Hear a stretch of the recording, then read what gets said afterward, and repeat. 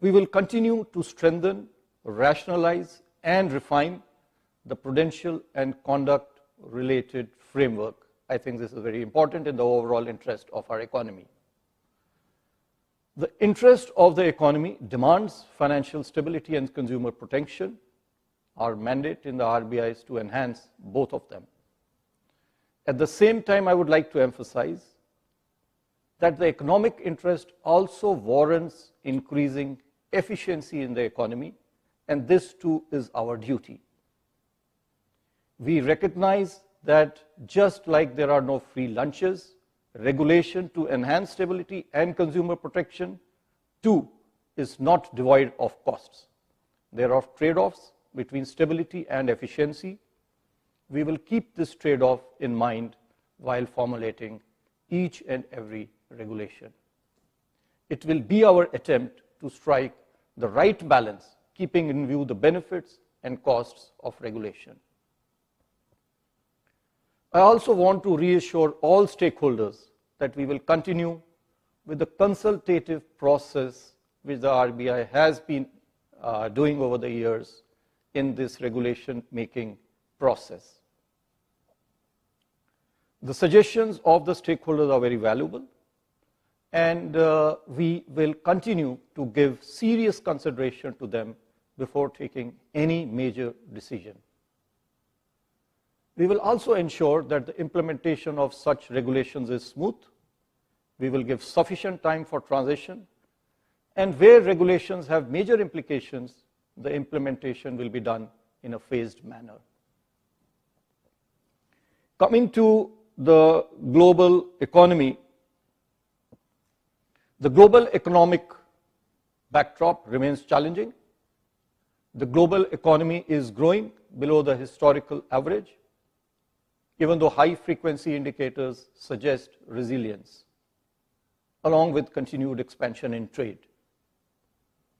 Progress on global disinflation is stalling, hindered by services price inflation. With receding expectations on the size and pace of rate cuts in the US dollar has strengthened, bond yields have hardened, emerging market economies have witnessed large capital outflows, leading to sharp depreciation of their currencies and tightening of financial conditions. Divergent trajectories of monetary policy across advanced economies, lingering geopolitical tensions, and elevated trade and policy uncertainties have exacerbated financial market volatility. Such an uncertain global environment has posed difficult policy trade-offs for emerging market economies. The Indian economy, though continuing to remain strong and resilient, also did not remain immune to these global headwinds, with the Indian rupee coming under depreciation pressure, as you would have noticed in the recent months. At the Reserve Bank, I would like to assure all of you we have been employing all tools at our disposal to face the multi-pronged challenges. With this backdrop, let me now come to the Monetary Policy Committee resolution. As I mentioned, we met these last 3 days, concluding today.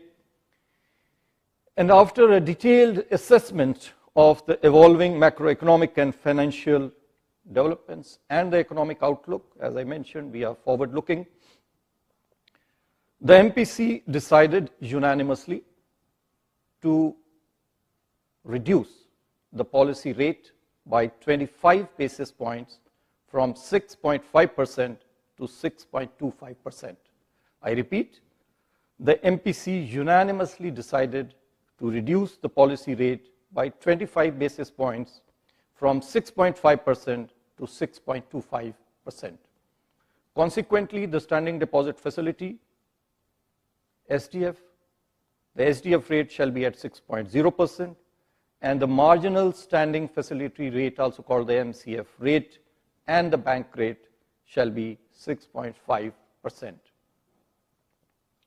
The MPC also decided unanimously, again, to continue with the neutral stance and remain unambiguously focused on a durable alignment of inflation with the target while supporting growth. I shall now state the rationale for the decision in brief.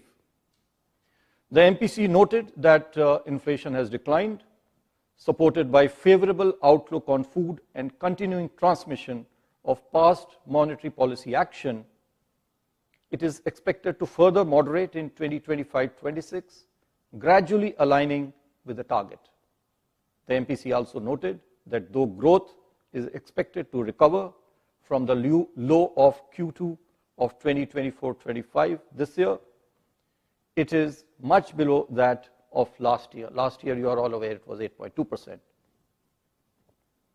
This growth inflation dynamics opens up policy space for the MPC to support growth, while remaining focused on aligning inflation with the target. And accordingly, the MPC decided to reduce the policy rate, by 25 basis points to 6.25%. At the same time, the MPC felt that excessive volatility in global financial markets and continued uncertainties about global trade policies, coupled with adverse weather events, pose risks to the growth and inflation outlook. This calls for the MPC to remain watchful. Accordingly, it decided to continue with a neutral stance. This will provide MPC with the flexibility to respond to evolving macroeconomic environment. With this, now I come to the assessment of growth and inflation. First of all, growth. As per the first advanced estimates, real GDP growth for the current year is estimated at 6.4%. The numbers were released by MOSPI recently. This is a softer expansion after a robust 8.2% growth last year. Going forward, economic activity is expected to improve in the coming year. Agricultural activity remains upbeat on the back of healthy reservoir levels and bright Rabi prospects. Manufacturing activity is expected to recover gradually in the second half of this year and beyond. Early corporate results for Q3, and we have more than 50% of the results now as we speak. It indicates a mild recovery in the manufacturing sector. Mining and electricity are rebounding from monsoon-related disruptions in Q2. Business expectations remain upbeat, as evident from the PMI Manufacturing Future Output Index. Services sector activity continues to be resilient. PMI services, however, declined from its recent peak. On the demand side, rural demand continues to be on an uptrend, while urban consumption remains subdued, with high-frequency indicators providing mixed signals. And we are aware, we got the Nielsen survey report also just yesterday.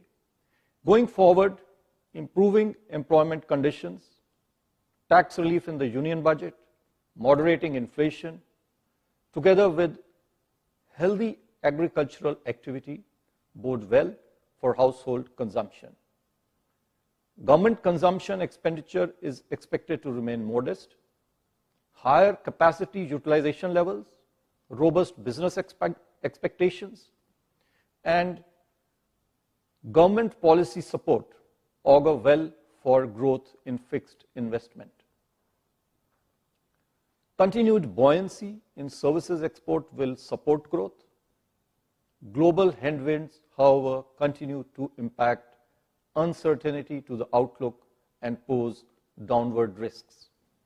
Taking all these factors into consideration, the RBI has estimated that real GDP growth for the next year to be at about 6.7%, with Q1 at 6.7%, Q2 at 7%, Q3 at 6.5%, and Q4 too at 6.5%. The risks are evenly balanced.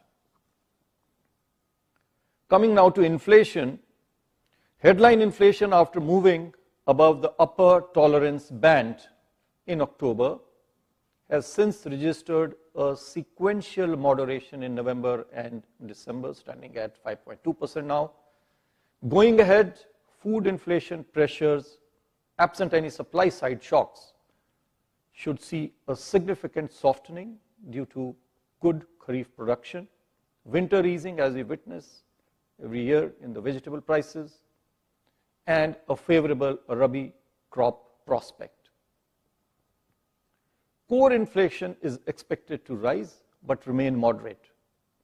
Rising uncertainty in global financial markets, coupled with continuing volatility in energy prices and adverse weather events, presents upside risks to the inflation trajectory. Taking all these factors into consideration, CPI inflation for the current financial year is projected at 4.8%, with Q4, the current quarter, at 4.4%. Assuming a normal monsoon, CPI inflation for the financial year 2025-26 next year is projected at 4.2%, with Q1 at 4.5%, Q2 at 4%, Q3 at 3.8%, and Q4 at 4.2%. The risks are evenly balanced. I will now come to the external sector. The India's current account deficit moderated from 1.3% of GDP in Q2 of last year to 1.2% in Q2 of this year, 24-25.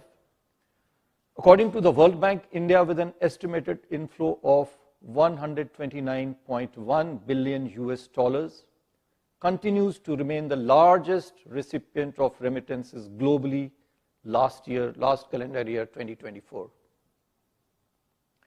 The current account deficit for this year is expected to remain well within the sustainable level. As on 31st January this year, I may inform you, India's foreign exchange reserves stood at 630 plus billion US dollars. This provides us an import cover of more than 10 months. Overall, India's external sector remains resilient as key indicators stay robust. I would like to mention over here, and especially because there has been commentary in the media about the Reserve Bank's exchange policy. Well, the Reserve Bank's exchange rate policy over the years has remained very, very consistent. Our stated objective is to maintain orderliness and stability without compromising market efficiency. The Reserve Bank believes in the market efficiency of the markets that we have in India for Forex. Accordingly, our interventions in the Forex market focus on smoothing excessive and disruptive volatility. It does not target any specific exchange rate level or band. The exchange rate of the Indian rupee is determined by market forces, and we will continue with this policy. Coming now to liquidity and financial market conditions, I may state that after remaining in surplus from July to November 2024, system liquidity as measured by the average net position under the liquidity adjustment facility did turn into a deficit during December 2024 and January 2025. This drainage of liquidity is mainly attributed to advanced tax payments in December 2024. You are aware there are quarterly advanced tax payments to be made, December being that particular month. For the advanced tax payments for Q3, that did have an impact.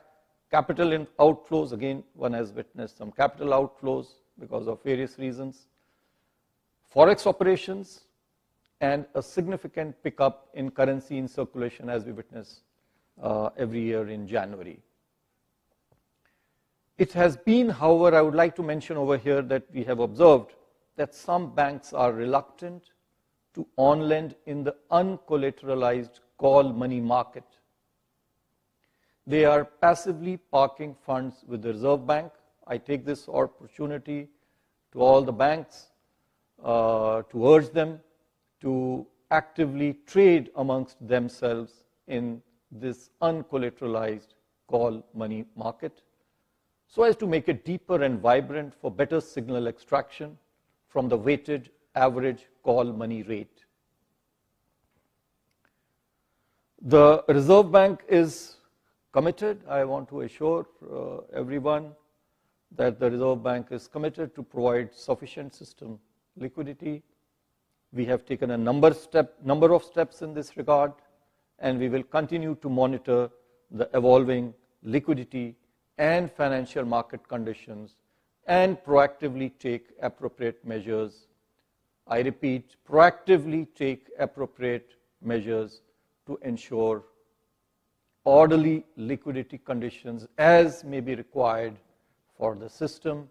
And when I say liquidity, it means not only transit overnight liquidity, but also durable liquidity to meet the requirements of the system. I now come to financial stability. The system level financial parameters for the scheduled commercial banks continue to be healthy. The credit deposit ratio for the banking system at the end of January 2025 was at 80.8%, broadly similar to that on 30th September 2024. Bank liquidity buffers are sufficient, though the net interest margin moderated, return on assets and return on equity are robust. The system level parameters for NBFCs too are very healthy. I also take this opportunity today to mention that the Reserve Bank has been observing Financial Literacy Week annually since 2016. This is with the purpose to enhance financial education in our country. Last year too we did this campaign. This campaign was focused last year on empowering youth adults. This year, recognizing the critical and multifaceted role of women in society, this campaign will emphasize on women's role in financial decision making and household budgeting. I sincerely urge all banks to actively participate in this campaign on the theme Financial Literacy, Women's Prosperity. It starts from 24th of this month. Now, before I conclude, I shall be announcing some additional measures. Necessary directions and circulars for these shall be issued separately. First of all, on digital security, the rapid digitalization of financial services has brought convenience to all of us, at the same time efficiency, but it has also increased exposure to cyber threats and digital risks, which are again getting sophisticated day by day. The surge in digital frauds is a matter of concern. It warrants action by all stakeholders. The Reserve Bank has been taking various measures to enhance digital security in the banking and payments system. Introduction of additional factor of authentication for digital payments is one such measure. It is now proposed to extend this to online international digital payments made to offshore merchants who are enabled for such authentication. Second, the Reserve Bank shall implement the bank.in exclusive internet domain for Indian banks. Registration for this domain name will commence from April this year. This will help avoid banking frauds. This will be followed by the fin.in domain for the whole of the financial sector. The banks and NBFCs, I would urge them to also continuously improve preventive and detective controls to mitigate cyber risks. They must develop robust incident response and recovery mechanisms, reinforced through periodic testing for operational resilience. Third measure that I am announcing today, over the past few years, we have expanded the suite of interest rate derivative products available to market participants to manage their interest rate risks. We shall now, to this suite, include forward contracts in government securities. This would facilitate long-term investors, such as insurance funds, to manage their interest rate risk across interest rate cycles. It will also enable efficient pricing of derivatives that use government securities as underlying instruments. Fourth, to enhance access of retail investors to government securities, the Reserve Bank has taken a number of steps earlier. There's another step that I am announcing today, and this pertains to expanding the access of NDS Home, our platform for trading in the secondary market transactions for government securities, to non-bank brokers who are registered with SEBI. A number of them are registered with SEBI. They will also get an opportunity now to participate and trade through the NDS Home, the electronic trading platform of RBI for government securities. Fifth, in view of the various developments in financial markets and market infrastructure over the past few years, we shall be setting up a working group with representation from various stakeholders to undertake a comprehensive review of trading and settlement timing of markets regulated by the Reserve Bank. There are some 5 such markets which have different timings. The group shall submit its report by 30th April this year. To conclude, considering the existing growth inflation dynamics, the MPC, as I mentioned earlier, while continuing with the neutral stance, felt that a less restrictive monetary policy is more appropriate at this current juncture. The MPC will take a decision in each of its future meetings based on a fresh assessment of the macroeconomic outlook. We are committed to conduct monetary policy and take such measures as appropriate, which are timely, carefully calibrated, and clearly communicated to facilitate conducive macroeconomic conditions that reinforce price stability, sustained economic growth, and financial stability. Thank you, Namaskar, and Jai Hind.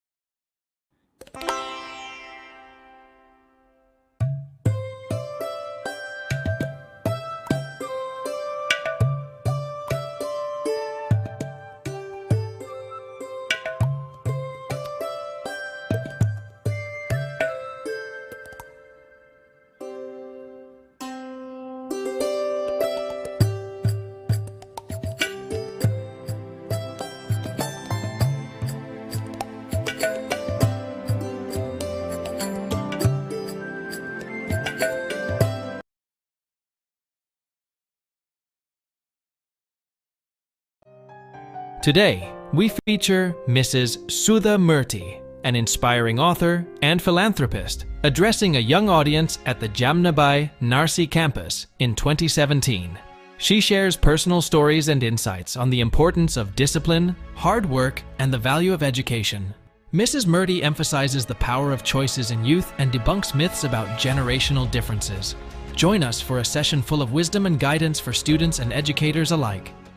Trustees, teachers, and my parents and my dear students.